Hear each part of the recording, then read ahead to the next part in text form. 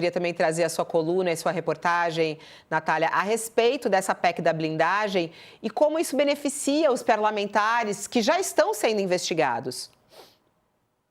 Sim, então, bom, existem integrantes do Congresso Nacional que já estão sendo investigados criminalmente pelo STF. E eles seriam afetados porque, segundo o texto da PEC, esses integrantes do Congresso não poderiam ser processados criminalmente sem autorização. Então, no momento em que houver uma denúncia criminal, essa denúncia teria que ser analisada pelas casas, né, pelo Senado ou pela Câmara. E a gente tem aí diversos inquéritos que estão investigando emendas parlamentares. A gente fez um levantamento aí de pelo menos 9 deputados investigados com casos que são conhecidos, como, por exemplo, o deputado Omar Nascimento, na Operação Overclean, e também casos envolvendo aí os atentados à democracia, né, que estão aí sob a competência do ministro Alexandre de Moraes, como a investigação que está acontecendo agora contra o Eduardo Bolsonaro pela ida aos Estados Unidos e, enfim, o lobby ali que foi feito, né, para sanções econômicas contra o Brasil. Então a gente tem esses casos em que, no momento em que a PGR apresentar uma denúncia, essa denúncia vai ter que ser analisada. E também a PEC ela traz um outro ponto de atenção aí, que é sobre as medidas cautelares.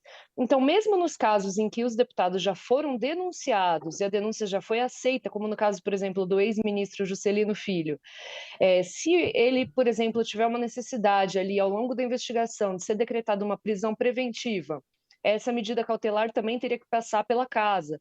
Então, também tem esse momento após a denúncia em que também seriam afetados os réus aí, né, de ações no Supremo. E a gente tem diversos casos, né, que a gente pode lembrar.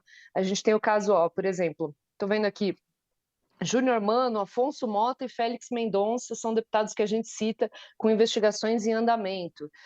Já teve uma denúncia da PGR do caso do Josimar Maranhãozinho, Pastor Gil e Bosco Costa, que é um caso de desvio de dinheiro de emendas. Essa denúncia ela já foi aceita e eles são considerados réus já. Então, todos esses casos aí, eventualmente, podem ser afetados pela aprovação dessa PEC. Provavelmente os casos em que já houve uma denúncia e ela já foi aceita, essa denúncia ela vai ser considerada já como um ato realizado pelo judiciário, não vai ser questionada, porque essa regra da PEC ela é uma regra processual. Então tem uma regra, né, do direito penal, que a regra penal ela retroage quando ela é mais benéfica ao réu.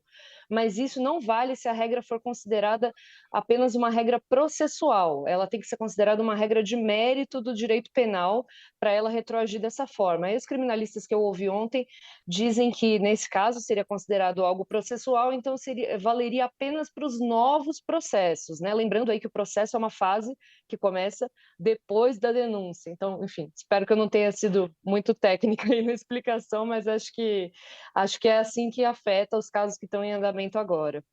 Eu acho que o que é interessante, né, a gente está vendo, a nossa plateia está lotada aqui, muita gente está mandando mensagem para cá, também gostando do programa.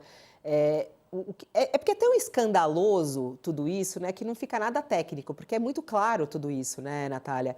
E é isso que chama muita atenção, né? Vou recebendo aqui algumas mensagens, o Carlos acabou de mandar uma mensagem falando assim: olha, quanto ao Congresso, não é curioso que a reverberação da decisão tão esdrúxula seja tão contida, por muito menos que isso, em 2013, o país pegou fogo por conta dos 20 centavos.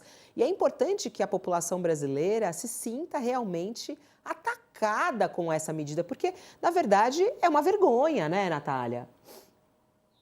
Não, pois é, exatamente. Essa semana, por exemplo, o ministro Flávio Dino mandou investigar 9 cidades que receberam emendas PIX com indícios de crime. Então, esses são 9 casos em que, eventualmente, você pode chegar no nome de um deputado. Muitas vezes não chega, mas muitas vezes chega no envolvimento do deputado federal que mandou a verba, nesses casos de má utilização dos recursos federais, né? E aí, a partir do momento em que tiver essa trava, o que vai acontecer é que a gente vai regredir para a situação de antes, né, como vocês estavam bem colocando, em que nenhuma denúncia era analisada, de fato, pelo Congresso. Teve mais de 250 casos, processos que ficaram parados aí depois da redemocratização, até essa regra mudar e a gente conseguir investigar deputados federais e senadores que cometem crimes. Então, esse é um retrocesso gigantesco para a sociedade.